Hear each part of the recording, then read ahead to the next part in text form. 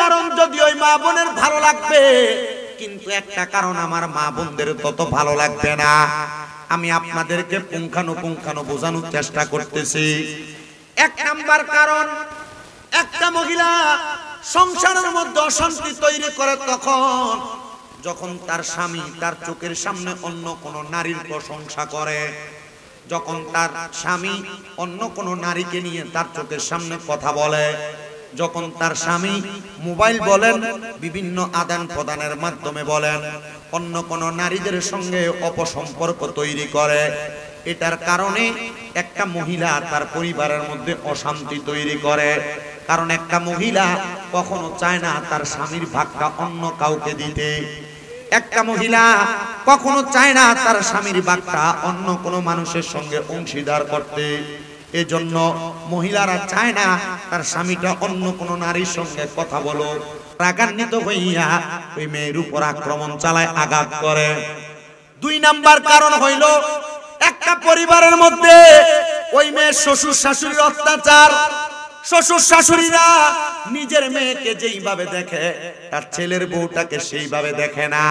নিজের মাইয়ারে যেমন ইজ্জত করে, সম্মান করে, ভালোবাসা দেয়, শ্বশুর শাশুড়িরা ছেলের বউটারে তত ইজ্জত সম্মান ভালোবাসা দেয় না।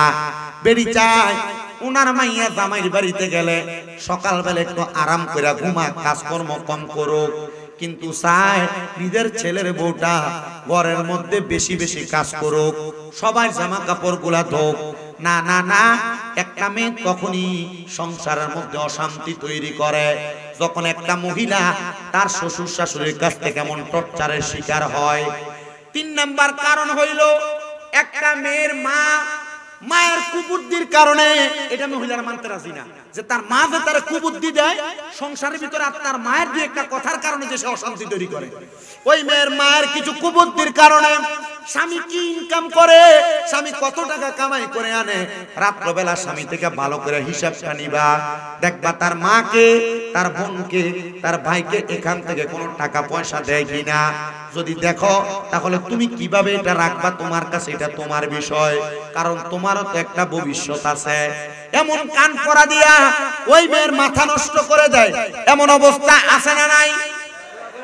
আছে না? এমন অবস্থা আছে, এবারে মাথালারে আছে বলে, এমন অবস্থা আছে। মনোযোগ দিবেন, দত্তের সাথে বয়ান শুনবেন। কেন মহিলারা এমন উগ্র হয়ে যায়, অস্থিতিশীল হয়ে যায়? কেন মহিলারা ঝগড়া ফাসাদ করে, স্বামীর সঙ্গে খারাপ ব্যবহার করে? যদি না করত ওই ছেলেটা এমন ভাবে বিচার দিত না। এবার আসেন, আল্লাহর নবী বলে একটা পরিবারের মধ্যে একটা মহিলার কারণে 4 প্রকারের পুরুষ মানুষ দুজকের মধ্যে চলে যাবে। এর মধ্যে 1 নাম্বার কারণ হইল মহিলারা বেপরদা চলাফেরা করা।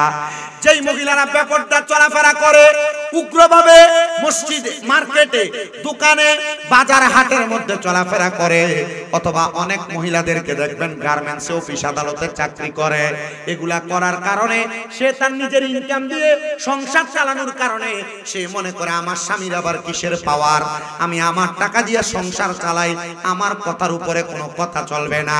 আর আল্লাহর নবীর প্রখ্যাত হাদিস বিশারদ হযরতে আনাস ইবনে মালিক রাদিয়াল্লাহু তাআলা আনহু বলে, যেই ঘরের মধ্যে কোন মহিলার কথায় সংসার চলবে, কোন মহিলা তার স্বামীকে ধমক দিয়ে কথা বলবে, কোন মহিলা তার কথা দ্বারা তার পরিবারকে, ঘরকে পরিচালনা করার চেষ্টা করবে, মনে করবা জাহান্নাম বেশি দূরে নয়, ওই মহিলাকে দিয়ে আল্লাহ তাআলা জাহান্নামের লাকড়ি বানাইবো।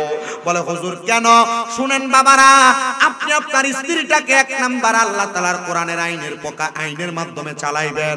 আল্লাহ কয় ওয়াকরনা ফি বুয়ুতিকুন্না ওয়ালা তাবাররাজনা তাবাররুজাল জাহিলিয়াতিল উলা। আল্লাহ কয় হে জগতের মানুষ, তোমরা তোমাদের মহিলাদেরকে জাহিলিয়া যুগের মহিলাদের মতো বের হতে দিবা না।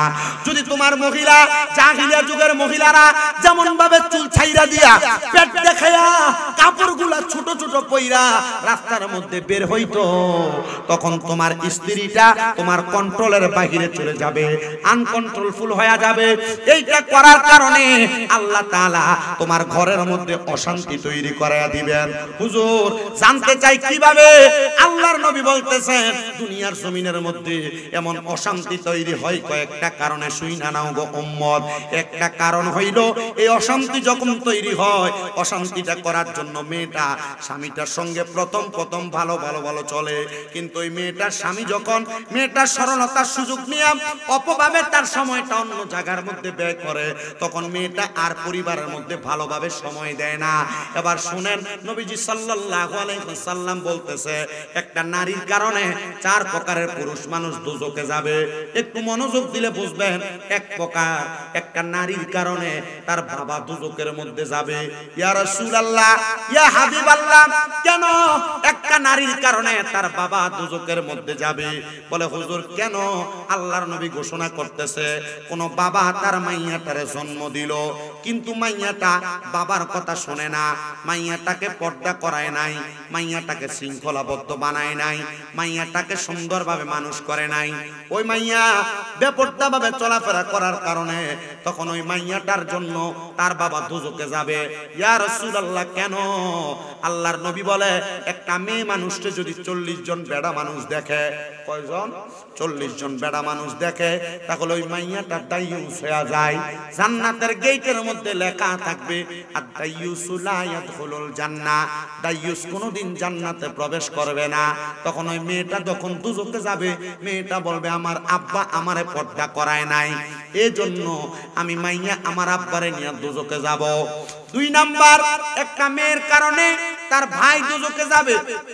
আপনাদের যাদের বোন আছে আপনারা মনোযোগ দিয়া শোনেন মুসলমান, আপনার বোনকে যদি আপনারা পর্দা না করান, আপনি পর্দা করাইবেন দূরের কথা, আপনার মোটর সাইকেলের পেছনে কইরা লইয়া আপনি আপনার বোনকে ঘুরান, আপনার বোন চুল ছাইরা দিয়া স্কুলে যায়, আপনার বোন এলাকার কারোর বিয়ার মধ্যে যে কাপড় পরা নাচে, না না না, এমন ব্যাপারটা আপনি আপনার বোনকে করানোর কারণে মাইয়া সাক্ষী দিব আল্লাহ আমার ভাইটা আমারে পর্দা করায় নাই, এজন্য আমি মাইয়া বেপর্দা, আমি একা যাব না, আমার ভাইকে নিয়ে দোজখে যাব।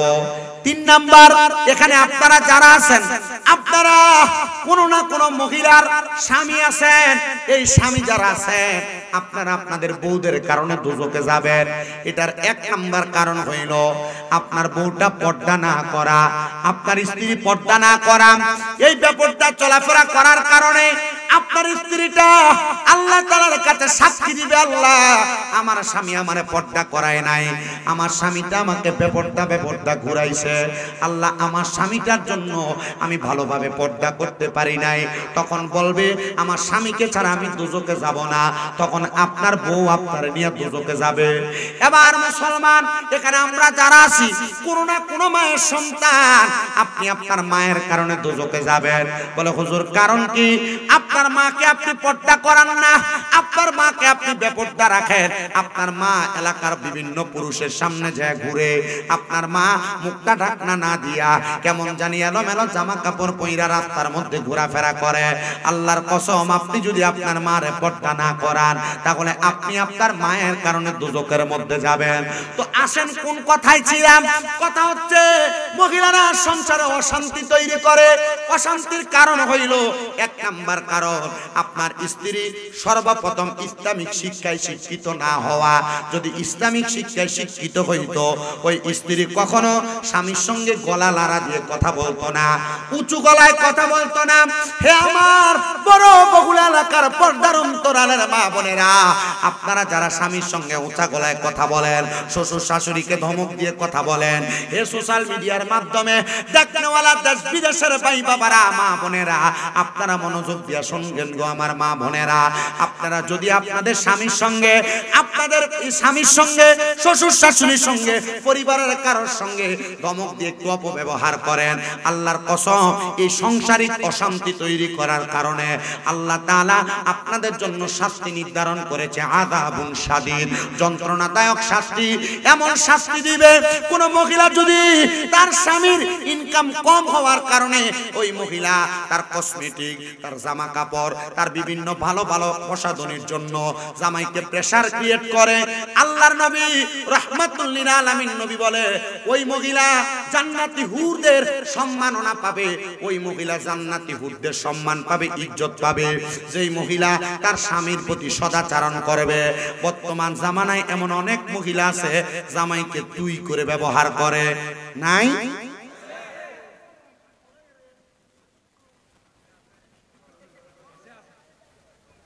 আসেনি? বহুলা নাই।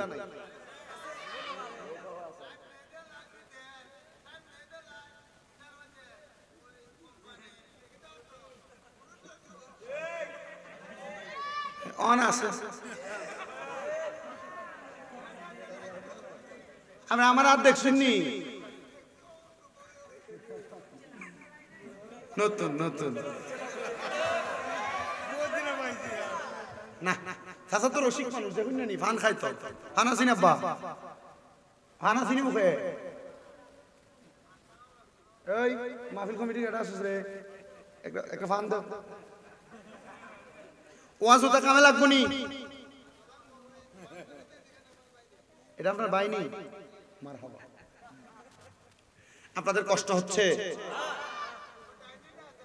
এটাও বাইনি।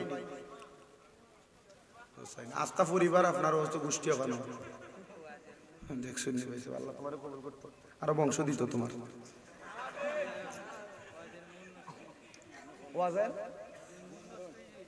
না নষ্ট হইতো না। আপনার কি কষ্ট হইব? আমি যদি এই ওয়াজে থাকি অসুবিধা হবে না তো? জিকির প্রয়োজন আবার করে দিয়ে দেব ইনশাআল্লাহ। রাজি আছেন?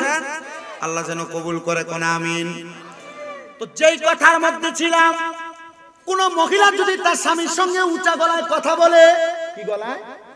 উঁচা গলায় কথা বলে, তাহলে ওই মহিলা তার স্বামীর জান্নাতি হুরদের খেদমত পাবে না। আল্লাহর নবী রাহমাতুল লিল আলামিন নবী আমার ঘোষণা করেন, হে আমার জগতের মহিলার দলেরা, অন্ধকার কবরে যাওয়ার পরে একজন মহিলাকে আল্লাহ তাআলা কত সম্মানিত করবে, কত মর্যাদাবান বানাবে শুনে নাও। ইয়া রাসূলুল্লাহ, ইয়া হাবিবাল্লাহ, নবী গো আপনার কাছে জানতে চাই কত সম্মানিত করবে। নবী আমার বলে একজন মহিলাকে 40 জন করে হুর আলাদা করে দিয়ে ওই 40 জন হুর মহিলাদের সরদারিনী আল্লাহ তাআলা একজন মহিলাদেরকে বানাইবো। কিন্তু যেই মহিলা স্বামীর কথার উপর দিয়ে কথা বলে, যেই মহিলা পরিবারের উপর সর্দার দিন চালায়, যে মহিলা তার কথার দ্বারা মানুষকে আঘাত করে কথা বলে, ওই মহিলাদের ব্যাপারে আল্লাহ তাআলার কোরআনুল কারীম এবং রাসূলের হাদিস বলতেছে ওই মহিলারা আল্লাহর পক্ষ থেকে তারা লানত প্রাপ্ত, আল্লাহর পক্ষ থেকে তারা লানত প্রাপ্ত। এবার আসেন, আমাদের সমাজে অনেক মহিলা দেখা যায় যারা তাদের স্বামীদেরকে অভিশাপ দেয়। আল্লাহর গজব পড়ুক তোর উপরে।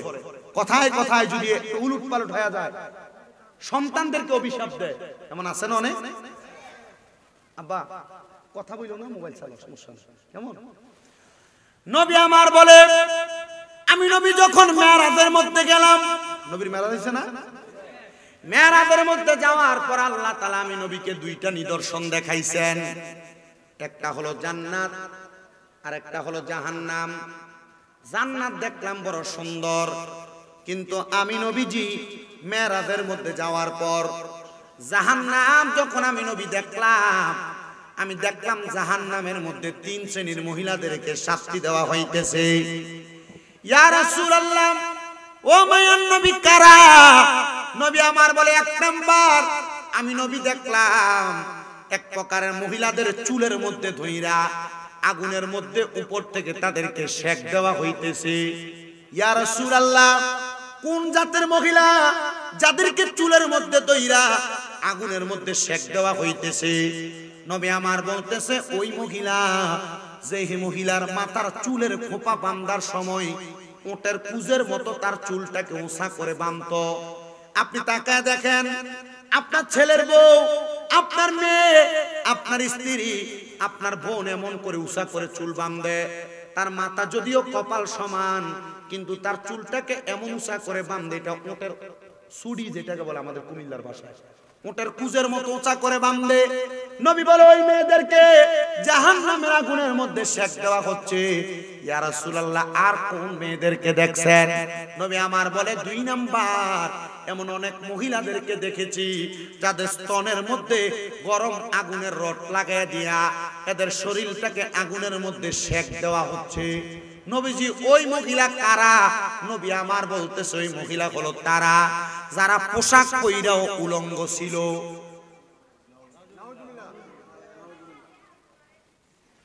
পোশাক পইরা উলঙ্গ কি? আপনার পরিবারে অনেক মা বোনেরা যারা বোরকা পরে, এদের বোরকার স্টাইলটা একটু আলাদা ধরনের। সে বোরকা পরলে যেমন তারে দেখা যায়, উলঙ্গ থাকলে ঠিক তারে তেমন দেখা যাইতো।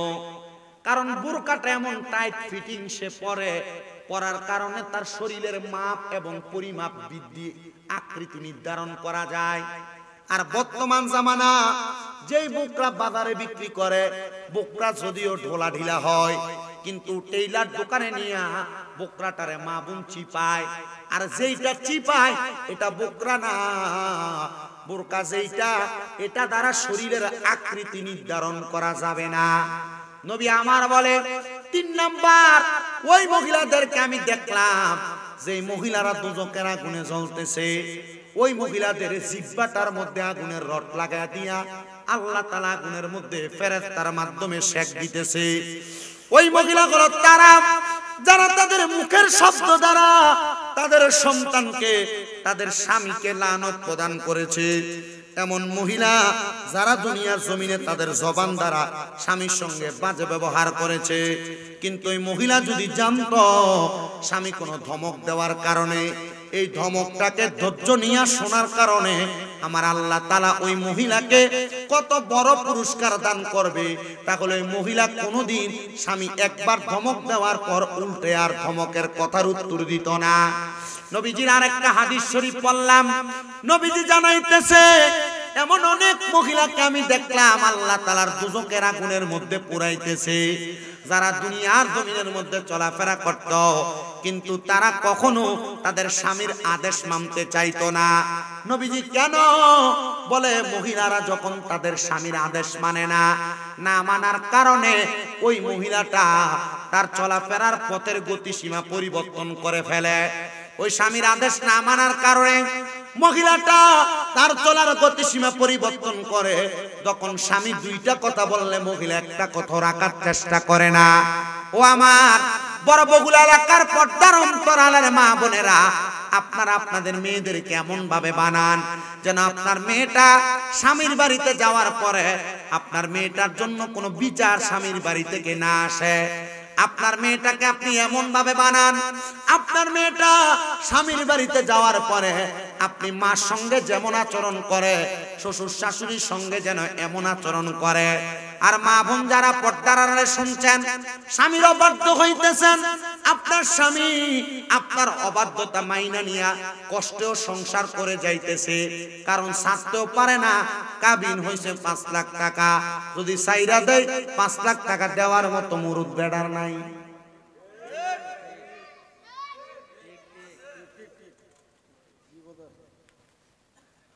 বড় বিপদে বড় টেনশনে পড়া পুরুষরা সংসার করে। আপনার স্বামী ইনকাম করে মাসে 15,000 টাকা, আপনি আপনার স্বামীর কাছে 1 মাসের মাথায় একটা 3 পিস চান, এটার দামি 1000 টাকা। তো 15,000 থেকে 1000 টাকা যদি আপনার 3 পিসের পেছনে যায়, একবার চিন্তা করলেন না আপনার স্বামী তার সন্তানের পড়ালেখার খরচ চালায় কোথা থেকে? বর্তমান বাজারে 1 বস্তা চাউলের দাম 3200 টাকা, সর্বনিম্ন যদি কিনতে যান 360 টাকা। আমি আমার মাদ্রাসায় একবার কম দামি চাউল দই খাওয়াই, এটার দামও 360 টাকা লাগে। কিন্তু ওই স্বামী 360 টাকার চাউলটা কেনার পরে, মশলাপাতি খরচ কেনার পরে, তরকারি কেনার পরে, আপনি মহিলার জন্য রাত্রবেলা আসার সময় যে সামান্য একটা কিছু হাতে করে আনে, আর এত কষ্ট কইরা মাঠের মধ্যে কাজ কইরা, রিকশা চালায়া, অটো চালায়া, দিনের পর দিন অফিস আদালতের মধ্যে চাকরি কইরা জামাই যে বাড়িতে আইসা আপনার সঙ্গে সুন্দর ব্যবহার করে, এটা আপনার জন্য বড় সৌভাগ্য, এটা আপনার জন্য বড় সৌভাগ্য। মা বোনদের কাছে বলবো, স্বামী বাজার থেকে বাহির থেকে কাজকর্ম করে আসার পরে আপনি কখনো আপনার স্বামীর সঙ্গে খারাপ ব্যবহার করবেন না, উগ্র ব্যবহার করবেন না, বদ আচরণ করবেন না। যদি পারেন একটা গ্লাস পানি আগে দিবেন, যদি পারেন সুন্দর একটা কথা বলবেন, যদি পারেন স্বামীর সামনে স্বামী যদি রাগান্বিত হয়ে যায় চুপ থাকার চেষ্টা করবেন। দেখবেন আপনি একদিন, 2 দিন, 3 দিন আপনার স্বামীর বদ ব্যবহার শোনার পর যখন আপনি তার খেদমত করবেন, আপনার স্বামী চিন্তা করবে, কিরে আমার স্বামীকে আমি এত অত্যাচার করি, এত টর্চার করি, কিন্তু আমার স্বামী যে আমার টর্চার গুলা সহ্য করে ধৈর্য ধারণ করেছে, তখন থেকে আর কোনোদিন আপনার স্ত্রী আপনার অবাধ্য হবে না। কিন্তু বর্তমান জামানা সোশ্যাল মিডিয়া, টাচ মোবাইল বলেন, বিভিন্ন টিভি বিজ্ঞাপন, নাটক বলেন, এই সিনেমাগুলা দেখে দেখে অনেক মহিলারা তাদের চাহিদাটা নিম্ন থেকে ঊর্ধ্বগামী হয়ে গেছে। বর্তমান জামানায় অনেক মেয়েরা চিন্তা করে, আমি সেই জামাইটাকে বিয়ে করব, সে স্বাবলম্বী হওয়া লাগবে, টাকাওয়ালা হওয়া লাগবে, আর বিশেষ করে চেষ্টা করে কোনো প্রবাসী বিদেশিকে বিয়ে করার জন্য। কারণ কি? তার চাহিদা বেশি, সে তার চাহিদা পূরণ করার জন্য বিদেশি জামাইয়ের কাছে যখন তখন যা ইচ্ছা চাইতে পারবে। আমি বলবো না গো মা, আপনি আপনার চাহিদা প্রকাশ করে বেশি বেশি মাল সামান কিনবেন, বেশি বেশি কাপড় কিনবেন, এটার কারণে আপনি জাহান্নামীদের অন্তর্ভুক্ত হওয়ার আমি কোনো কিছু দেখতেছি না। বলে কারণ কি? কারণ আপনি যখন বেশি বেশি অপচয় করবেন, এটা করার কারণে আপনার স্বামী আপনার ভালোবাসার মহাব্বতের কারণে যদিও আপনাকে কোনো কিছু বলবে না, কিন্তু আপনি বেশি ক্রয় করে বেশি ব্যবহার করার কারণে আল্লাহ তাআলার কাছে আপনি অপচয়কারীদের অন্তর্ভুক্ত হয়ে যাবেন। এজন্য মা বোনদের কাছে আবদার হলো, আপনারা যা কিছু করেন আর না করেন, স্বামীকে কখনো প্রেসার ক্রিয়েট করবেন না। আরে অন্য কোনো মানুষ লাগবে না, আমার পাশে যিনি বসে আছেন একবার শুধু ওনাকে জিজ্ঞাসা করেন, অথবা আপনাদের পূর্ববর্তী বয়স্ক মানুষ যদি আপনাদের আশেপাশে থাকে ওনাদেরকে জিজ্ঞাসা করবেন। আগের আমাদের দাদার দাদি নানি যারা ছিল, এদেরকে বছরে 2-1টা কাপড় কিনে আইনা দিলে সাবধান শেষ, আর কোনো কিছু খরচের প্রয়োজন হইতো না। এখন এই সপ্তাহ আলতা, ওই সপ্তাহ শুনু, ওই সপ্তাহ একটা 3 পিস সোশ্যাল মিডিয়ায় দেখা রাত্রবেলা কত সুন্দর ভাইল দিয়া জামাইরে বলে, দেখেন না এই 3 পিসটা পছন্দ, অনলাইনে অর্ডারটা দিয়া দেই।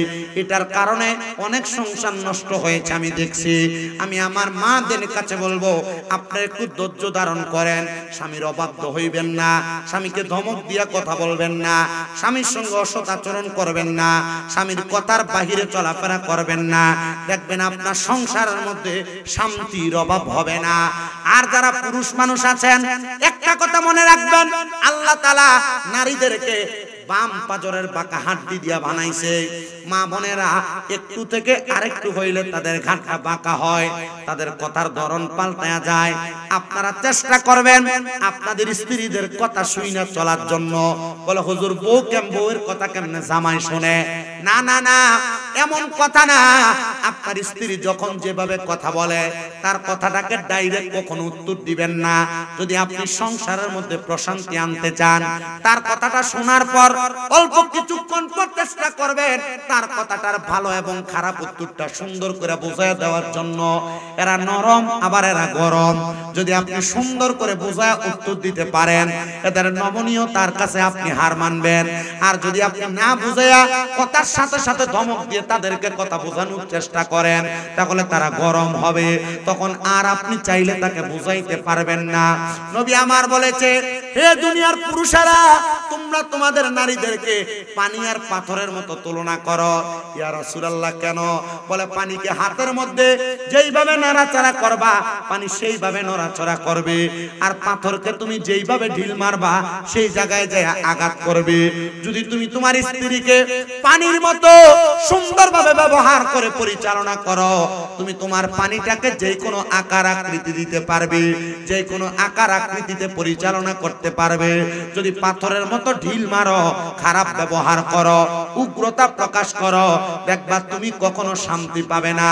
আর যারা পুরুষ মানুষ আছেন, আপনাদের কাছে আবদার, আপনার বউরে দিয়ে আপনি যত তাড়াতাড়ি পারেন চাকরি করানো বন্ধ করবেন।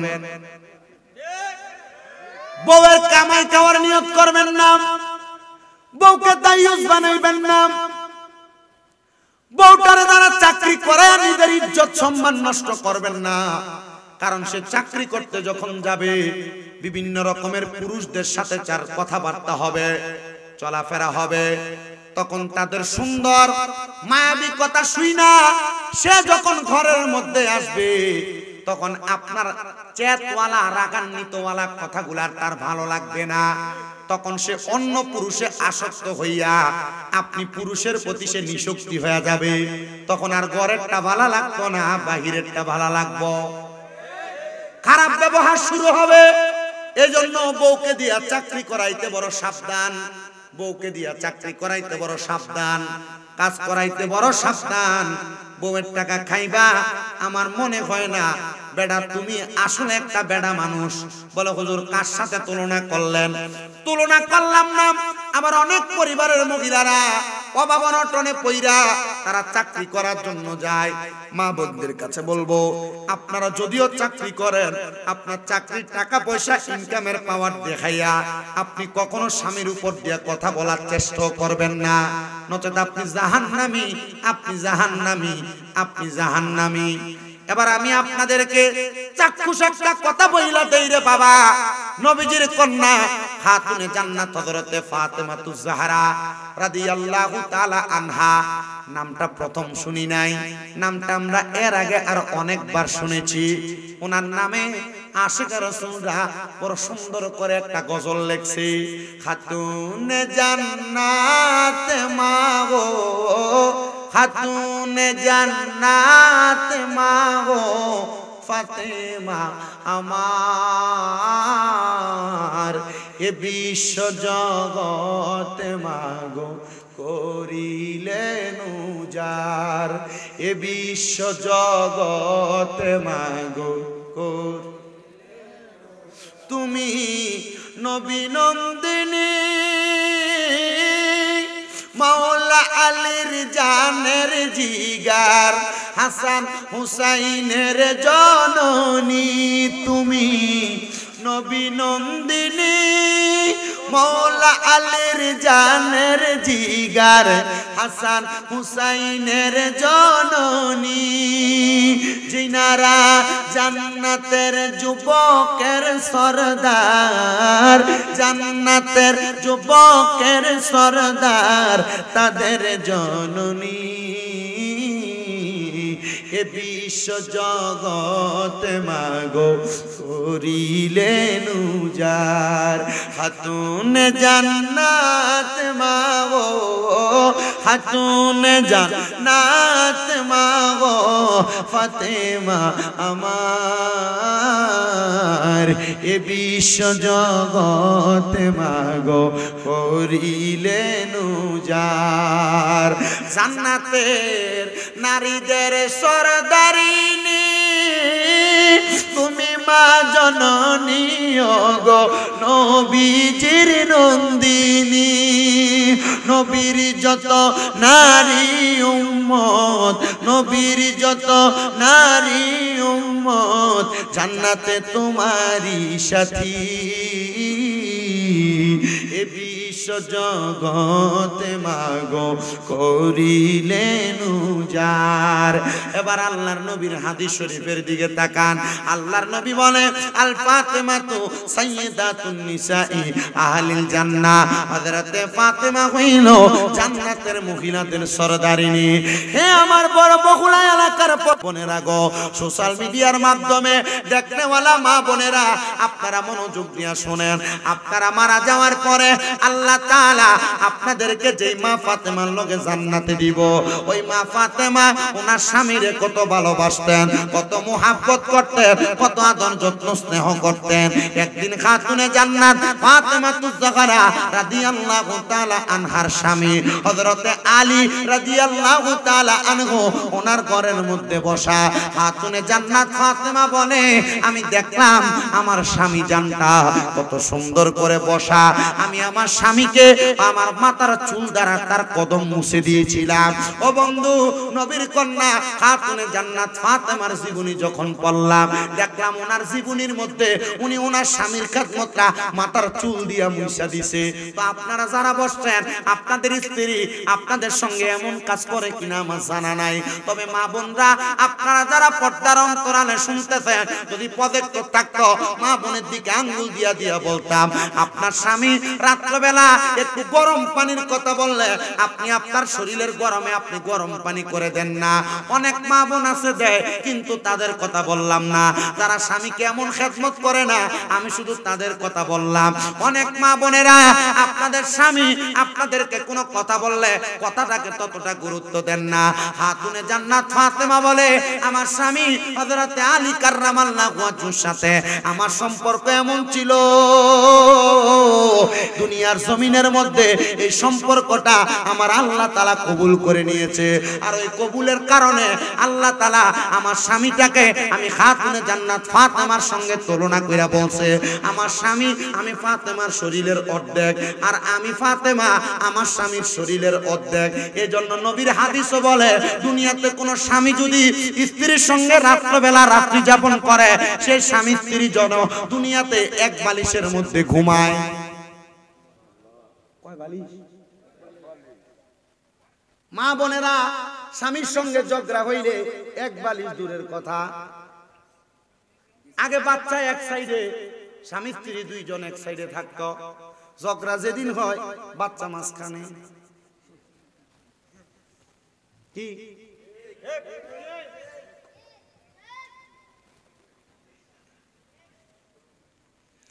অন্যদিন একসাথে ঘুমাইলে যদি একজন আর একজনের সঙ্গে রাত্রবেলা কথা হইতো, ওই দিন পিছ দিয়া ঘুমায় থাকে।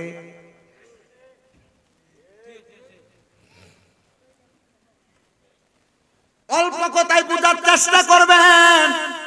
মা বোন যারা পর্দার আড়ালে শুনতেছেন, আমি শুধু আপনারা যেন স্বামীর প্রতি একটু সচেষ্ট হন, স্বামীকে খুশি করেন। শুধু ওয়াজটা আপনাদের জন্য করতেছি। আল্লাহর নবী বলে, যদি দুনিয়ার জমিনের মধ্যে কোন স্বামী তার স্ত্রীর প্রতি নারাজ হইয়া রাত্রবেলা ঘুমায়, অথবা কোন স্বামী তার স্ত্রীকে রাত্রবেলা তার বিছানার মধ্যে ডাকলো, ওই মহিলা তার স্বামীর ডাকের মধ্যে সাড়া দিল না, নবীর হাদিস, তার স্বামীর ডাকের মধ্যে সাড়া দিল না, তাহলে আল্লাহ তাআলার অসংখ্য ফেরেশতারা সারা রাত্র পর্যন্ত ওই মহিলাকে অভিশাপ দেয়। আপনারা নাউজুবিল্লাহ বলেন আর না বলেন, এমন অনেক হয় না, ঝগড়া করার কারণে আপনি আপনার স্ত্রীকে ডাকলেন, সে আপনার কাছে আসলো না। এখন অনেক অবিবাহিত ছেলেরা আছে, ছোট বাচ্চারা আছে। ওয়াজ যদি আরো বেশি গভীরে যাও, এ সমস্ত গোপনীয় বিষয়গুলো বলার জন্য সেমিনার প্রয়োজন। সেমিনার যারা বিবাহিত তারা থাকবে শুধু। মা বোন যারা পর্দার অন্তরালে শুনছেন, সারাদিনও যদি আপনার স্বামীর সঙ্গে আপনার ঝগড়া হয়, রাত্রবেলা আপনার স্বামী আপনাকে তার বিছানার মধ্যে ডাক দিল, যদি ওই মহিলা তার স্বামীর ডাকের মধ্যে সাড়া না দেয়, তাহলে সারা রাত্র পর্যন্ত আল্লাহ তাআলার আযাবের ফেরেশতারা ওই মহিলাকে লানত প্রদান করে। তো হুজুর, স্বামীর ডাকে কেমনে সাড়া দিব, আমাদের তো জানতে বড় ইচ্ছা হয়। নবী আমার বলে, কোন মহিলা চুলার মধ্যে গরম ভাত রান্না করতেছে, ওই ভাত টকবক করে ফুইটা উতরায়া পড়তেছে, যদি এমন টাইমে তার স্বামী তাকে ডাক দেয়, ওই ভাতকে সামলানোর আগে ওই মহিলার উচিত হবে তার স্বামীকে সামলানো।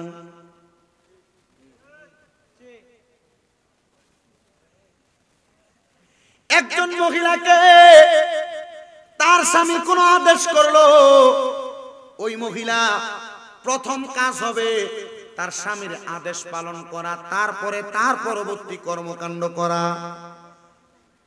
এ মা বোনেরা, আপনার স্বামীর অনুমতি ছাড়া আপনি তো বাবার বাড়িতে যাওয়া পর্যন্ত নিষেধ। কোথায়? বাবার বাড়িতে যাওয়া পর্যন্ত নিষেধ। কিন্তু আপনি মহিলা, স্বামীর অনুমতি নিবেন দূরের কথা, পুরা হবিগঞ্জ বাজারটারে মাত্র 100 টাকার একটা ওন্না কিনবার লেগে ঘুরেন।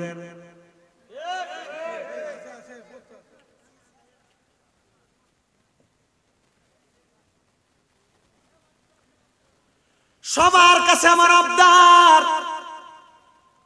মা বোনেরা, স্বামী কারণ অনুমতি ছাড়া বাবার বাড়িতে যাওয়া নিষেধ। অনেকে চিন্তা করতেছে আজকে বাড়ি যে কমু, বাবার বাড়িতে যাও, মার্কেটে যায় ঘুরে চলে তুমি অনুমতি লো না, বাবার বাড়িতে যাইতে অনুমতি লইবা।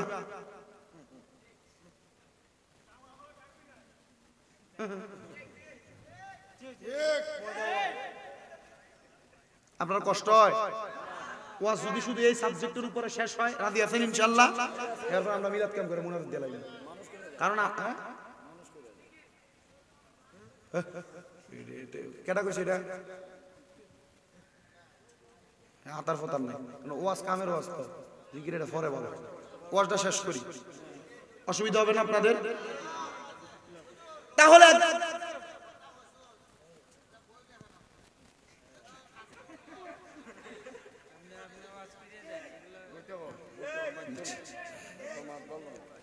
আপনারা একটু মনোযোগ দিবেন। মা বোনেরা স্বামীর অনুমতি নিয়ে বাবার বাড়িতে যাবে দূরের কথা, মা বোনেরা স্বামীর অনুমতি ছাড়া বিভিন্ন জায়গার মধ্যে ঘোরাফেরা করেন।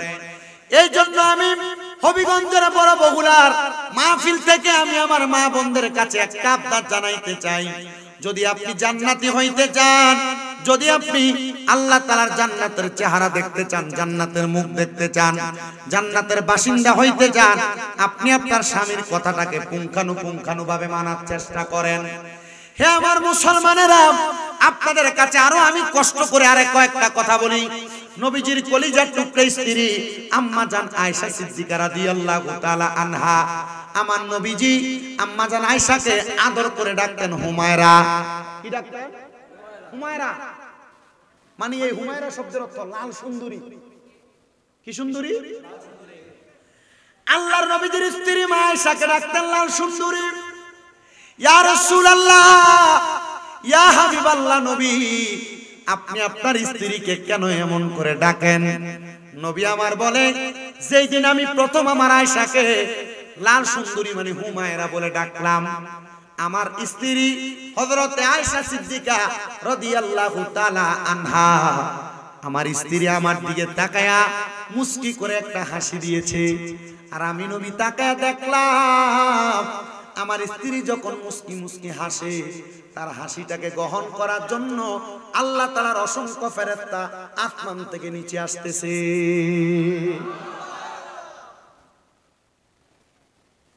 আর আমরা সমাজে পুরুষরা যদি যে কোনো জায়গা থেকে ভালো রোমান্টিক কোনো কথা শুনে বউরে আইসা সুন্দর একটা নাম বইলা ডাকে, বেডি উত্তর দেয় আজকে কোন দিয়ে সানকছে, তো বেডি তো রোমান্টিকতাই বুঝে না।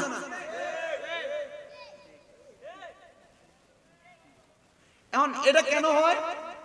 কারণ আপনি পুরা বছর বেডিকে সুন্দর করে ডাকেন না, আজকে ওয়াজ শুনতে ডাক দিবেন কি নির্মা, তো বেডি আপনারা কিনলে কইবা যে কোন দিয়ে সান উঠছে, কারণ আপনি আজীবন এর গাইলেছেন মুখ মারা নিছি, ঠিক আছে নি? আপনি তার মা বাবার নাম ধরে গালি দিছেন, এখন আর আপনি সুন্দর করে ডাকলে হ্যাঁ আর এটারে ভালো মনে করে।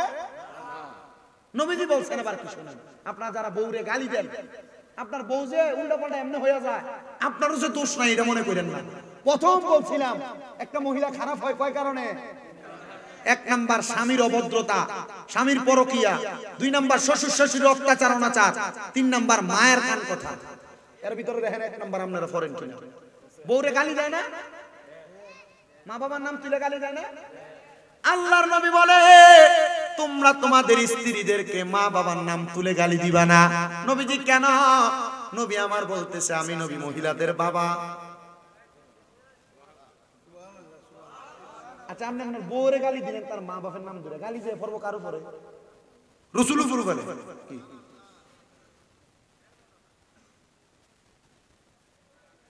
গালি দেওয়া যাবে? এবার নবী বলে পানি আনতে দেরি হইলে যে থুতা বেড়ে থাকরা মারেন। নবী বলে তোমরা তোমাদের, আমি শুধু মহিলাদের জন্য ওয়াজ করতেছি এটা না, ওয়াজ কিন্তু আপনাদের জন্য। নবী বলে তোমরা তোমাদের স্ত্রীদেরকে কখনো মুখের মধ্যে আঘাত করবা না। ইয়া রাসূলুল্লাহ কেন? বলে তোমাদের স্ত্রী তোমাদের কাছে সাময়িক সময়ের মেহমান, আমার আল্লাহ তাআলা অতি দ্রুত তোমাদের স্ত্রীদেরকে আবার আল্লাহর কাছে ফিরিয়ে নেবেন। নবীজির আরেকটা হাদিস বললাম, নবী আমার বলে দুনিয়াতে জান্নাতের স্বাদ, জান্নাতের মজা পুরুষ মানুষ কোথাও তোমরা পাও না, তবে আমার আল্লাহ তাআলা জান্নাতের স্বাদ এবং মজা তোমার স্ত্রীর মাঝে তোমাকে দিয়া দিছে। জান্নাতের স্বাদ, জান্নাতের মজা আপনার স্ত্রীর মাঝে আছে। আপনি নিজে জানেন, বেশি ভাঙায়েন না, আপনি জানেন জান্নাতের স্বাদ এবং মজা আপনার স্ত্রীর মাঝে রহিত। কেন তোমরা ওই জান্নাতের স্বাদ পাওয়া বস্তুটার উপর অত্যাচার করো? তোমরা এদেরকে কাদা মাটির মতো লালন পালন করো। ইয়া রাসূলুল্লাহ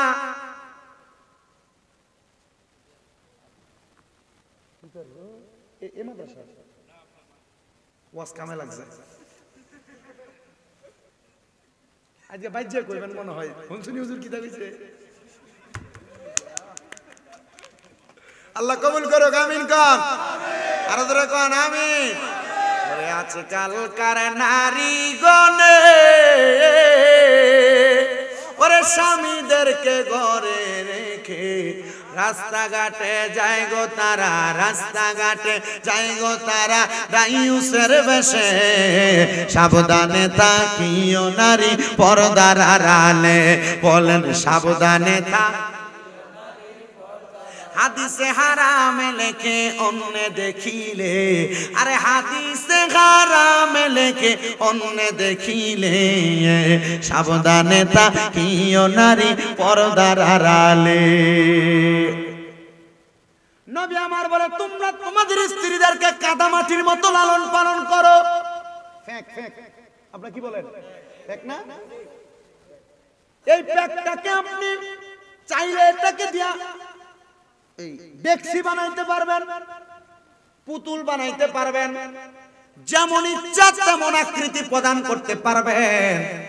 নবী আমার শিখিয়ে দেয় তোমরা তোমাদের স্ত্রীদেরকে প্রথম থেকে এমন ভাবে লালন পালন করো যেন যখন যা বলবা তখন তা হয়।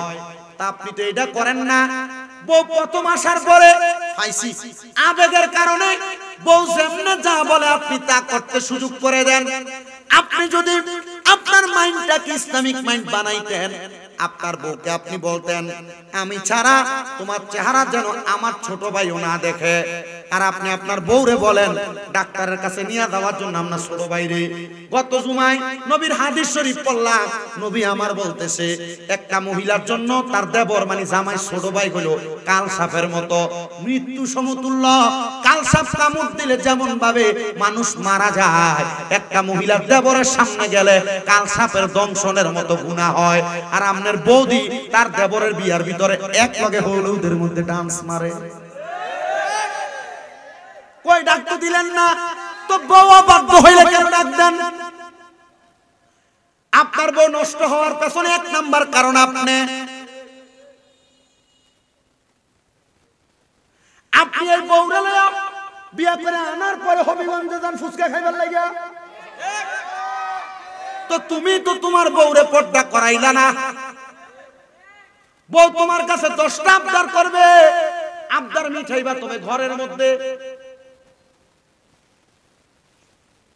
পূর্বের মহিলারা স্বামী যে জামা কাপড় আইনা দিছে 1 ঘন্টা হইছে মাত্র, মনে দিলাই আসই চলতো, স্বামী যা আইনা দিত স্বামীর ওইটার উপর সন্তুষ্ট থাকতো।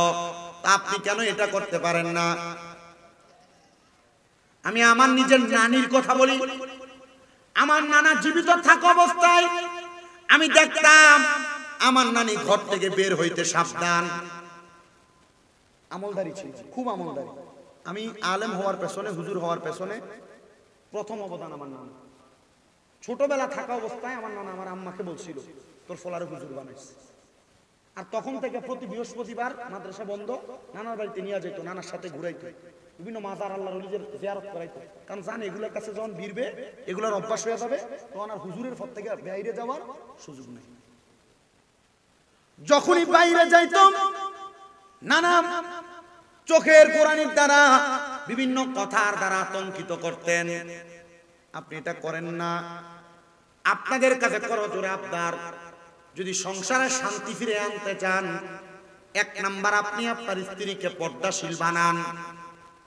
আর লাগবে না, নিজে জানবেন, ডাউল আলুর ভর্তা দিয়ে ভাত খাবেন, ইনকাম স্ত্রীকে দিয়ে করানো থেকে বিরত থাকার চেষ্টা করেন, দেখবেন সংসার সুন্দর। আম্মা জান আয়েশা সিদ্দিকার যে কথা বলতেছিলাম, সেখানে নবীজি কেন বউকে আপনার স্ত্রীকে আপনি হুমায়রা ডাকতেন? বলে দেখতাম সুন্দর করে ডাকার কারণে আমার স্ত্রী হাসলে তার হাসি নেওয়ার জন্য রহমতের ফেরেশতা দাঁড়ায় থাকতো। আপনারা সংসারে শান্তি ফিরে আনার জন্য বউকে ভালো ভালো নাম, সুন্দর সুন্দর নাম দ্বারা ডাকবেন। একদিন আমার নবীজি বসা, ওই যে পর্দার কথা, আমার নবীজি বসা, নবীজির সামনে চারজন স্ত্রী বসা। আমার নবী রাহমাতুল লিল আলামিন নবীজির সামনে, নবীজির একজন অন্ধ সাহাবী আগমন করে আসতেছে। নবী আমার বলতেছে, হে আমার স্ত্রীরা, তোমরা যার যেমন করে পর্দার মধ্যে ঢুকে যাও। একজন স্ত্রী জবাব দেয়, ইয়া রাসূলুল্লাহ, ওগো নবীজি, এ সাহাবী তো অন্ধ, সে তো আমাদেরকে দেখবে না, দেখলে আমাদের প্রতি খায়েশ তৈরি হতো। আল্লাহর হাবিব বলে, সে অন্ধ, সে তোমারে দেখবে না, তুমি নারী তো তারে দেখবা।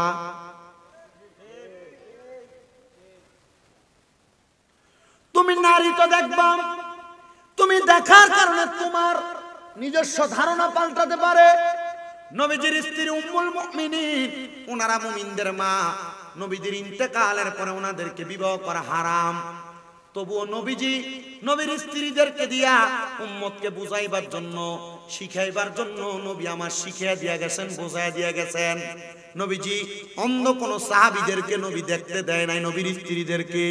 আর আপনাদের স্ত্রীরা অন্ধ মানুষ দূরের কথা, আপনারা অটোমেটিকলি বিভিন্ন পুরুষের সামনে নিয়ে যান। সাবধানতা অবলম্বন করেন, যতদিন এগুলা ঠিক করবেন না সংসারে শান্তি পাবেন না। অন্য কোন নারী বেমেসাল, অন্য নারী যারা মার্কেটে ঘুরে, এদের সাথেও মিশতে দিতে সাবধান। কারণ আপনার মনে করেন যে আপনার স্বাস্থ্য ভাইয়ের বউ, সে মার্কেটে ঘুরে আসছে, সে একটা জিনিস কিনে আনছে, এটার দাম হচ্ছে 500 টাকা, সে বাড়িতে না সাফা দিবে, এটা মহিলাদের স্বভাব। আমি মা বোনদেরকে এনকার করছি না, মহিলাদের স্বভাব। মা বোনেরা, এটা তুই জানে 500, জানোস নি? আমার জামাই ওটা কিনে দিয়েছে আমারে, কত? 1000 টাকা।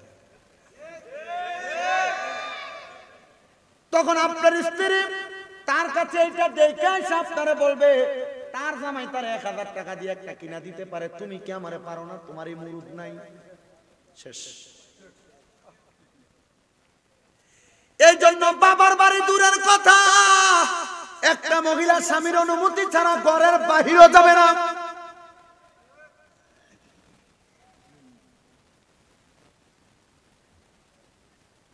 আর আমরা সমাজে সোশ্যাল মিডিয়ায় বইয়া বইয়া অনেক নাট্যশিল্পীরা, এরা কয় আমি একজন হুজুরের মাইয়া, সূরা মুলুক আমার ঘুমের সঙ্গী।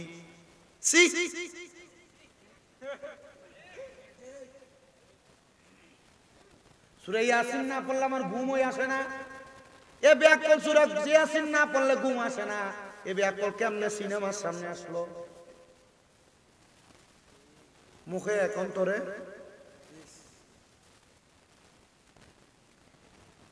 নবীজি সাল্লাল্লাহু আলাইহি ওয়াসাল্লাম যারা 2 বিয়া 3 বিয়া 4 বিয়া করছে আপনাদের জন্য, আর এখন কালের বিয়া জামাইরে জীবনও 2 বিয়া করার অনুমতি দিত না। দিব? কারণ ভাগ তো দিতে চায় না। তো নবীজি সাল্লাল্লাহু আলাইহি সাল্লামের 4 জন স্ত্রী নবীজিকে একসাথে প্রশ্ন করছে, ইয়া রাসূলুল্লাহ, ইয়া হাবিবাল্লাহ, হে 4 জন একসাথে প্রশ্ন করছে, ইয়া রাসূলুল্লাহ, আপনি আমাদের 4 জনের মধ্য থেকে কাকে বেশি ভালোবাসেন? আচ্ছা, 4 জনের সামনে যদি কয় যে তোমারে 3টা লাগতো না? নবীজি বলেছেন তোমাদের প্রশ্নের জবাব আগামীকালকে আসরের সময় নিবা। নবী আমার ওই দিন রাত্রবেলা নবীজির আফকান মুবারকের মধ্যে নবী আমার 8টা খেজুর নিছেন। কয়টা? 8টা খেজুর নিছেন।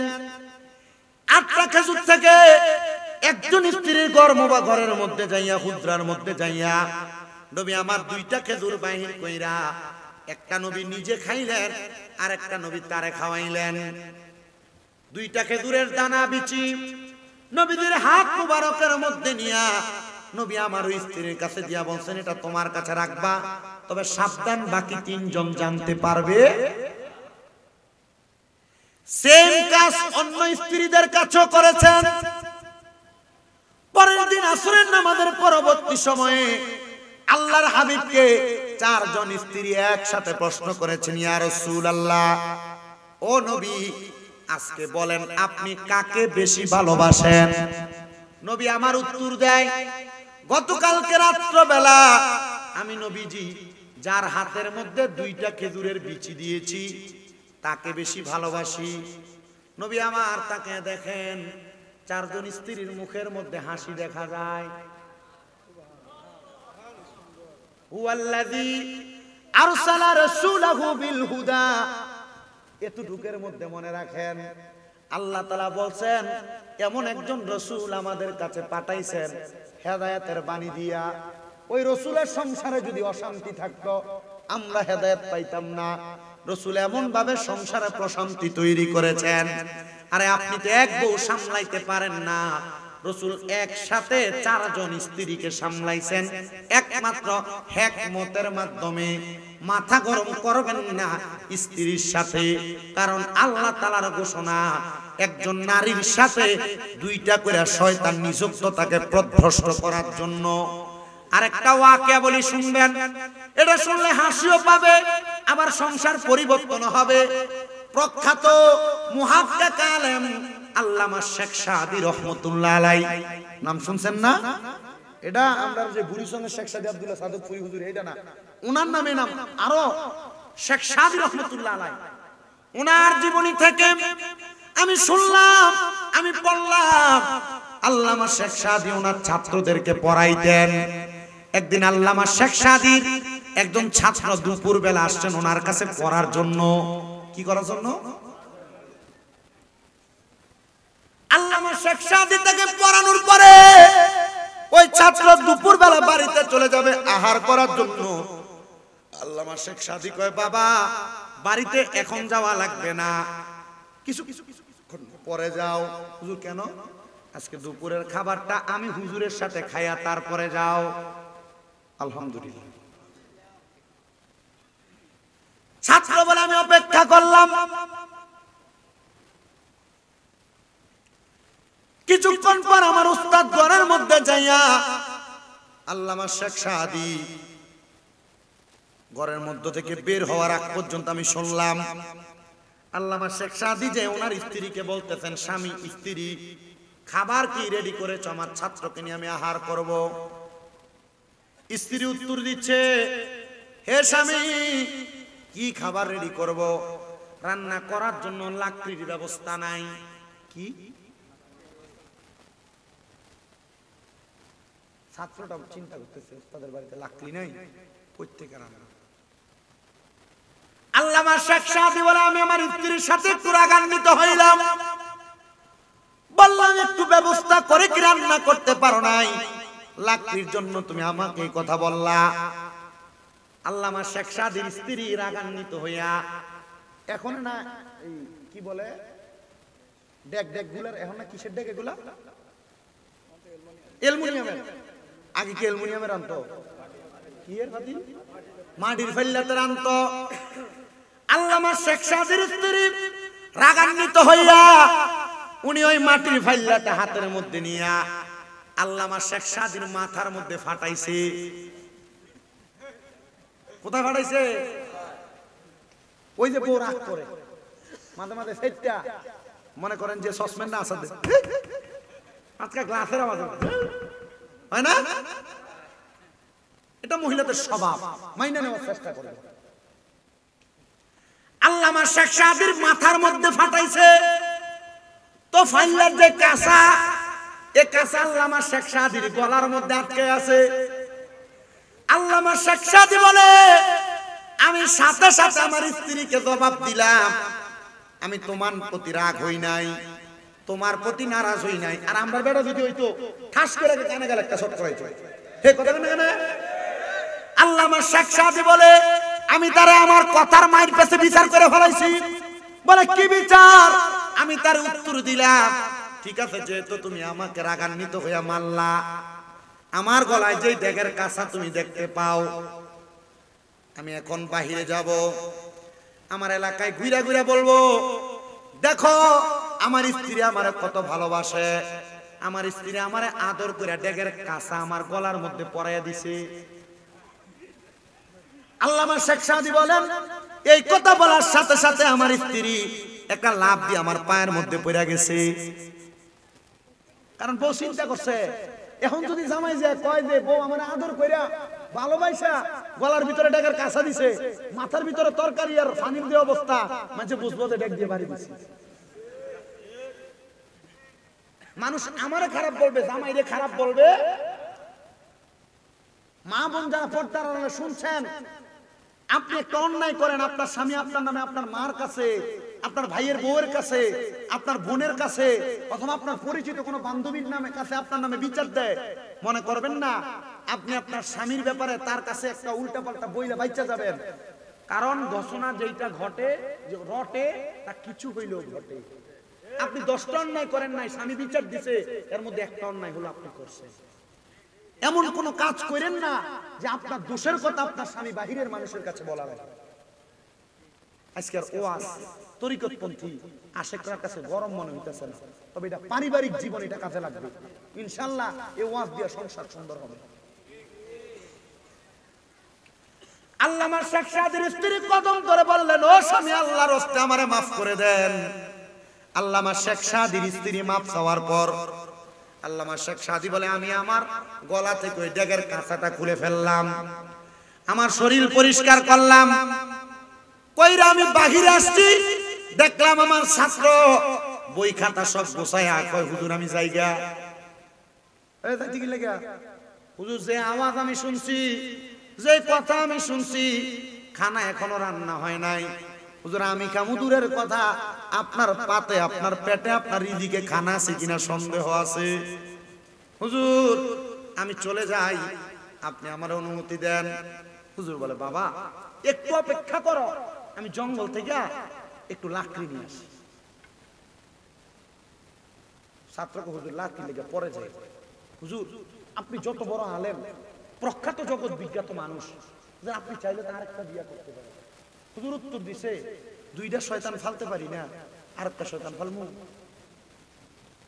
উত্তর কি দিছে? হুজুর এটার মানে বুঝলাম না।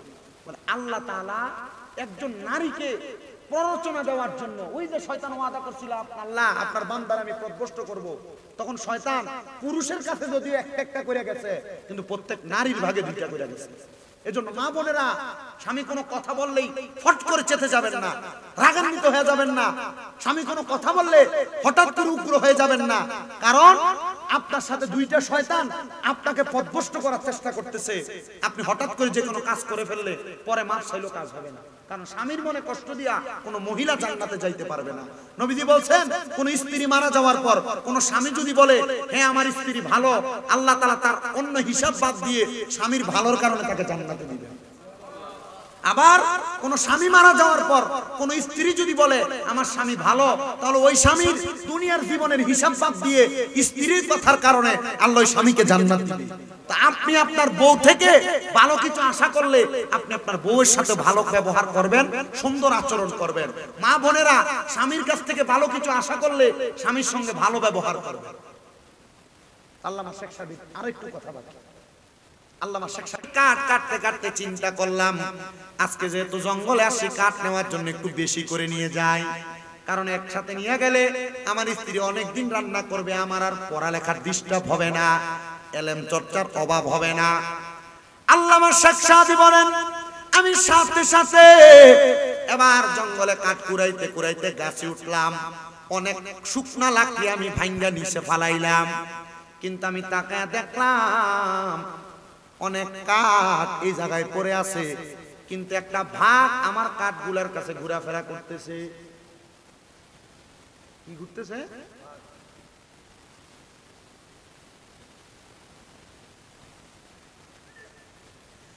ভাগ ঘুরতেছে।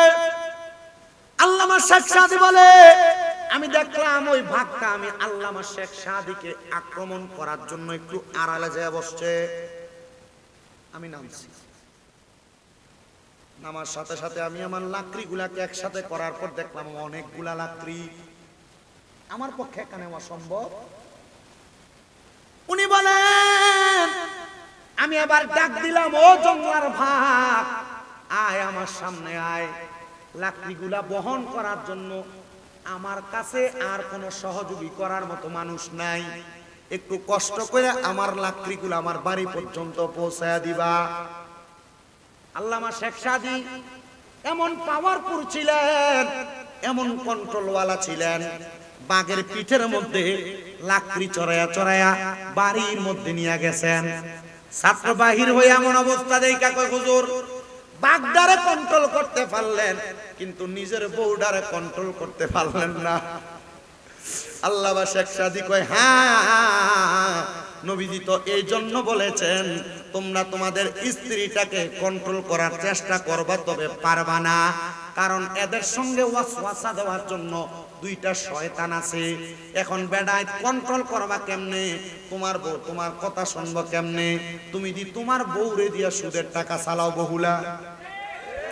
এখন আর বেড়া সুদ খায় না, বেডি খায়।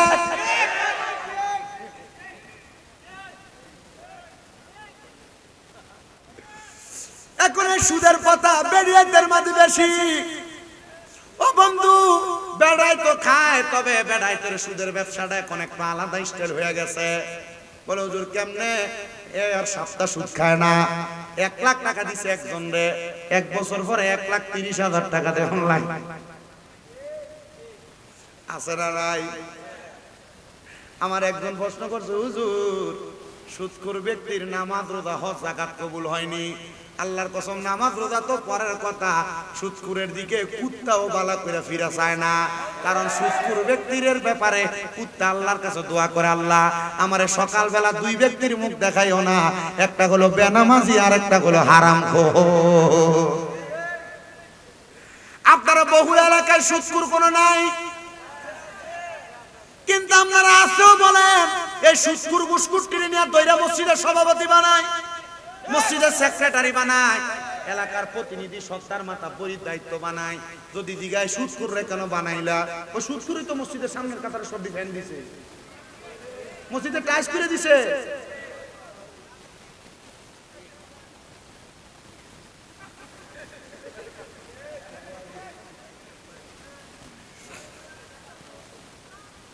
ও মুসলমান, এখন আর বেড়া সুদ খায় না, আজাইরা থাকে, এর কোনো কাজ নাই। এ দোকানে বৈশা বৈশা চা খায়, এ দোকানে বৈশা বৈশা আড্ডা মারে। কেউ কাকা না চলেন কেমনে? আমার কামাই রুজি নাই তো। আর কামাই রুজি থাকবো কেমনে? এত টাকা চাইলে খায়।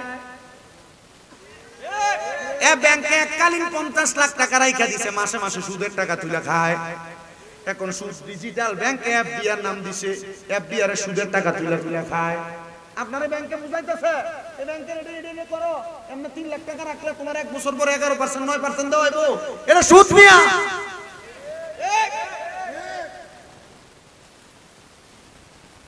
এফডিআর আর কি আছে? ফিক্সড ডিপোজিট হারাম না? এমনি খায় না।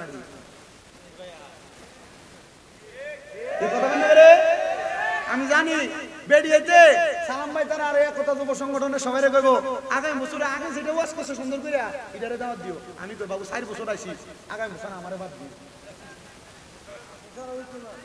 আল্লাহ কবুল করুক, আমিন কোন। মাহফিল করন লাগতো না, আপনারা যদি সব বছর ইন্ডালন আরেক জায়গা করতাম, আমি যদি জানতাম 10:30 নাই আরেকটা মাহফিল করলে বাদেশা করে চলে যেতাম। তো যেই কথা বলতেছিলাম, মা বোনদেরকে দিয়ে সুদের কারবার করাই, সুদখোরের নামাজ, সুদখোরের রোজা, সুদখোরের হজ, সুদখোরের যাকাত, দান সদকা কোনো কিছু আল্লাহর কাছে কবুল হয় না। এবার এরা যা করুক আর না করুক কোনো লাভ হবে না। ও মুসলমান, ও নবীর উম্মতের দল, মা বোন যারা পর্দার অন্তরালে সুদের টাকা খাও, আর আপনারা পুরুষ মানুষ যারা সুদে টাকা লাগান, আপনারা সাবধান। এই সুদের টাকা আপনি খাইতেছেন কেন? এটারও একটা কারণ আছে।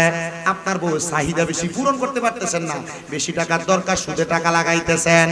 ওই সন্তান আপনাকে কবরের মধ্যে বাবা বলে পরিচয় দিবে না। যে সন্তানের খাওন খোরাকের জন্য আপনি সুদের টাকা খান, ওই স্ত্রী আপনারা জামাই বলে পরিচয় দিবে না।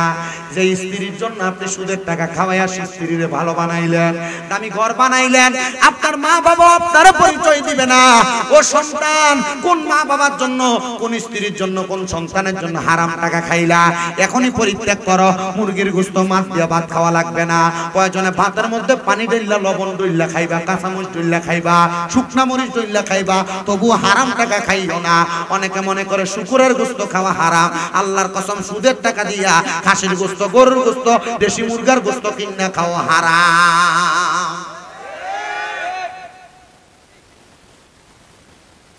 ঠিক আছে? আল্লাহ তাআলা আমাদেরকে বোঝার তৌফিক দান করুন। জোরে পড়েন আমিন। একটা সুদখোরের সত্য ঘটনা শোনায় যে আমাদের কুমিল্লাতে একজন আল্লাহর ওলি, জিনার নাম হযরতে আলতাফ আলী শাহ দৌলতপুরি। আমি ওই এলাকায় ইমামতি করি। উনি ছিলেন একটু মজ্জুব টাইপের, অনেক অবস্থা ছিল। উনি শীত গরম সব সময় কাঁথা গায়ে দিয়ে একটা পুকুরের পাড়ে শুয়ে থাকতেন। ওনার এলাকার মানুষ বলে, হুজুর আমরা নামাজ পড়ার জন্য এলাকার মধ্যে কোনো জায়গা নাই, হুজুর আপনি যদি অনুমতি দেন আমরা একটা নামাজের জন্য মসজিদ বানাইতাম। হুজুর বলছে, ভালো কথা, মসজিদ বানাইবা। কারণ যারা একটা মসজিদ বানায় আল্লাহ তার জন্য কি বানায়? জান্নাতে একটা ঘর বানায়। বাবা মসজিদ বানাও, তবে আব্বা সাবধান। হুজুর বলে, বাবা মসজিদ যে বানাইবা পুরো হারাম করে টাকা মসজিদে লাগাইও না। এজন্য আমি দেখলাম আমার এলাকায় মসজিদ হচ্ছে, এরা পোস্টারে লেখা দিছে আপনার হালাল টাকা থেকে মসজিদে দান করুন। হারাম কো আপনি মসজিদে 1000 10,000 দিতেন, সওয়াবের উদ্দেশ্য কবরে ফিটটা ফাঁকনা দিগুড়ে ঘুরে। আর আপনারা এই সুদখোর, ঘুষখোর, হারাম করতে সভাপতি বানান কারণে টাকা দিতে। সাদের যে ডালাই রস সিমেন্টের টাকা দিবে। কি কথা কোন না রে?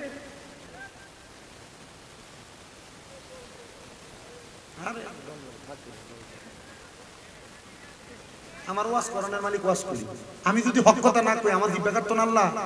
আমি আমার উচিত কথা কইয়া যাই। এই সুদখোরের লগে সম্পর্ক রাখবেন। নবীজির হাদিস, নবী বলে কিয়ামতের আগে আমার উম্মতের মধ্যে একটা লোক থাকবে না যে সুদের সাথে জড়িত না। ওমা উম্মতের একজনও থাকবে না। নবী তাইলে মুমিনরা কি করবে? নবী আমার বলে, মুমিনরা কি করবে শোনো। মুমিনরা তো সুদ খাবে না, সুদ দিবে না, সুদের সাথে যুক্ত হবে না। মুমিনরা যখন কোন হারাম করার পাশে দিয়ে হাঁটবে, সুদখোরের গায়ের বাতাস মুমিনের গায়ে লাগবে। আমি সুদখোরের লগে ভাইয়া দিগা বালা, মানে এত টাকা দিয়ে হালকা টাকা দাও, এত অনেক গেলাম একটা চা খাওয়া। তখন বিচারের ভিতরে বললে সুদখোরের পক্ষে দেখবেন মানুষ আছে, ঘুষখোরের পক্ষে দেখবেন মানুষ আছে, হারাম করে পক্ষে মানুষ আছে। কারণ চা খাবাই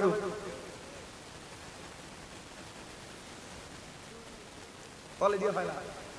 ও মুসলমান, আল্লাহর ওলি কয় বাবা সাবধান, মসজিদের মধ্যে কোন হারাম খোরের টাকা লাগাইছ না। কার টাকা? হারাম খোরের টাকা লাগাইছ না। এবার এলাকার মসজিদ নির্মাণ হয়ে গেছে, অল্প কিছুদিন কাজটা বন্ধ। মসজিদের নিচের ভিটটা ঢালাই দিবে, মাত্র ভিটটা ঢালাই দিতে পারে নাই। কেউ কোনো হারাম করে টাকা নেয় না। এবার এলাকার একজন হারাম করবে কে? মসজিদ কমিটির ভিতরে তো কয়েকজনই থাকে। একটারে কয়, রে আমার থেকে যে কাজটা বাকি ওই টাকাটা তুই আমার কাছ থেকে লইয়া যা। বলে কারণ কি? বলে কারণ হইল আমি তোরে দিতে চাই। বলে তুমি তো হারাম খাও, সুদ খাও, পরের হক মেরা খাও, তুমি টাকা দিও না, তোমার টাকা নেওয়া নিষেধ। হয়তো আমার টাকা নেই, তবে নামটা কইস না। বলে কইস একজন গোপনে দান করে দিছে। উনি বলেন, হ্যাঁ আমি গোপনে গোপনে তার থেকে একটু টাকা নিয়েছিলাম, এটা হারাম টাকা। নেওয়ার কারণে মসজিদ নির্মাণ করলাম, জুমার দিন মসজিদ উদ্বোধন হবে। হুজুরে বললাম, হুজুর ও মজ্জুব আল্লাহর ওলি হযরত আলতাফ আলী শাহ, আপনি আমার সঙ্গে আসেন, মসজিদটার উদ্বোধন করবে। ওই মসজিদে আগে আপনি আপনার পাওটা রাখবেন, রাইকে উদ্বোধন করবেন। হুজুর কয়, চাইও মসজিদে কোনো হারাম করে টাকা লাগাইছনি? বলে, হুজুর না, লাগাইছি না। হুজুর বলে, আমি মসজিদের মধ্যে প্রবেশ করতে গেলাম, বিসমিল্লাহি ওয়াসসালাতু ওয়াসসালামু আলা রাসূলিল্লাহি আল্লাহুম্মা ইফতাহ লি আবওয়াবা রাহমাতিক। ডান পা রাখবো।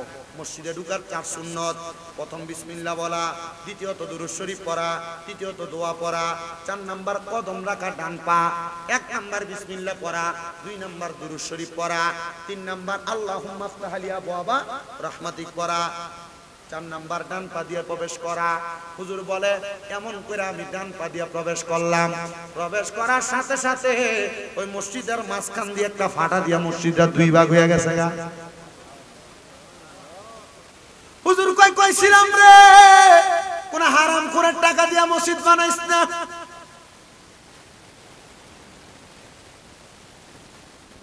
মসজিদে নামাজ পড়েন, শান্তি লাগে না? লাগবো কেমনে? মসজিদের ছাদরা ডালাই দেওয়ার সময় তো রটি দিছিল সুদ করে। মসজিদে নামাজ পড়েন, শান্তি লাগে না? এসি আছে, ভাল লাগে না নামাজ পড়বার লেখা? মসজিদের এসি দিতে সুদ করে। মসজিদে নামাজ পড়েন, ভালো লাগে না? ফ্যান চলতেছে তবুও গায়ের মধ্যে কেমন জানি একটা গরম গরম ভাব লাগে। পাঙ্খা দিতে হারাম করে। মসজিদে নামাজ পড়েন, ভালো লাগে না? ইমাম সাহেব যত সুন্দর করে কেরাত করুক, ভাল লাগে না? আরে বেটা, ইমাম সাহেবের খানা দিয়ে রাখছে সুদখোরের ঘরে। আর যদি খানা সুদখোরের ঘরে না খাই, ইমামের চাকরি হই নাই। আহা, আমি বড় বাচ্চা খাওয়ার চেষ্টা করি, বাচ্চা। কিন্তু ভাই সাহেব, আমি জানি না আল্লাহ আমার দোয়া কবুল করবনি। ইমাম হওয়ার কারণে কত মানুষের ঘরে খানা খায়, কিন্তু আমি দেখছি যদি অশান্তে কোনো হারাম করে ঘরে খানা খায়, আমার পেটে অসুখ হয়ে যায়। এটা আমার পেটে অত হয় না, কারণ আমি জানি আমি আমার জানা মতে কোনোদিন কারোর 1 টাকা আমি মাইরা খাই নাই, মিথ্যা বইলা খাই নাই, কোনো মানুষের টাকা আমি না বইলা বহন করি নাই। এটা আমার স্বভাব। আমার কাছে কেউ 1 টাকা পাওনা থাকুক, এমন ভাবে আমি চলি না। আমার সঙ্গে কারো লেনদেন হবে, সে আমার প্রতি নারাজ হবে, এমনও আমি করি না। কেন? কারণ অন্য কোনো কিছু না। কারণ হলে আমি চিন্তা করি, কারোর সাথে আমার 1 টাকা লেনদেন যদি সে আমার কাছে পাওনা থাকে, অথবা তার হারাম কোনো টাকা আমার পেটে ঢুকে, তাহলে আমার পেটের মধ্যে অসুখ হইব, কবরে আল্লাহ আমারে কি লাইব। মনে আছে না, গত বছর এক মাহফিল কমিটি দাওয়াত দিয়ে গেছিল না, হোসেনপুর? আল্লাহর কসম, আমার জীবনে মাহফিল কমিটি দেখছি এটির মতো বেশরম মাহফিল কমিটি আমি আর দেখছি। এনে আমার আত্মবাদ দাওয়াত দিয়ে গেল না, এলাকার যাও না, আমার কাছে মনে হয়েছে এলাকার কোনো খামলাইছে।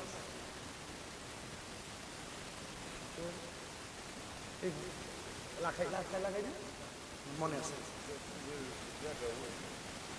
না? না, লাখাই মানুষ বালা, সব মানুষ ওই হোসেনপুরের বলা হয় না। আমি কইছি, আল্লাহ যাক, আমি আলেম একজন দেয়ার যদি হয়েছি, আল্লাহ কোনো আলেম ওই জায়গায় দেয়ার যদি করে, কোনো আলেমরে করে না। তা আমি একবার শুনছিলাম মালানা এদিকে ঢুকলে টাকাটা আগে নিচ্ছে, তখন পরে চিন্তা করলাম কি একটা কি আগে নিচ্ছে, এই খাই চলে গেল। বুঝছেন? আলহামদুলিল্লাহ, আল্লাহ যেন আমাদের কবুল করে। হারাম খাওয়া যাবে, পরের হক খাওয়া যাবে, পরের হকের প্রতি লোক করা যাবে, সুদ খাওয়া যাবে। 2 নাম্বার, যারা এখানে আছেন, বউদের সঙ্গে গরম হওয়া যাবে, গালি দেওয়া যাবে, আঘাত করা যাবে, বউদেরকে বেপরদা ছাড়া যাবে। মা বোন যারা পর্দার আড়ালে শুনছেন, স্বামীদের সঙ্গে উচ্চা গলায় কথা বলা যাবে না, স্বামীর অবাধ্য হওয়া যাবে না, বেপরদা হওয়া যাবে না, স্বামীর সঙ্গে উচ্চা গলায় কথা বলা যাবে না। আল্লাহ তাআলা এই সবগুলো মাইনে আমাদেরকে চলার তৌফিক দান করুন। फरिश्तों की सलामी देने वाले फौज पढ़ती थी, जनाब सैयदा हजरत माँ आमिना सुनती थी।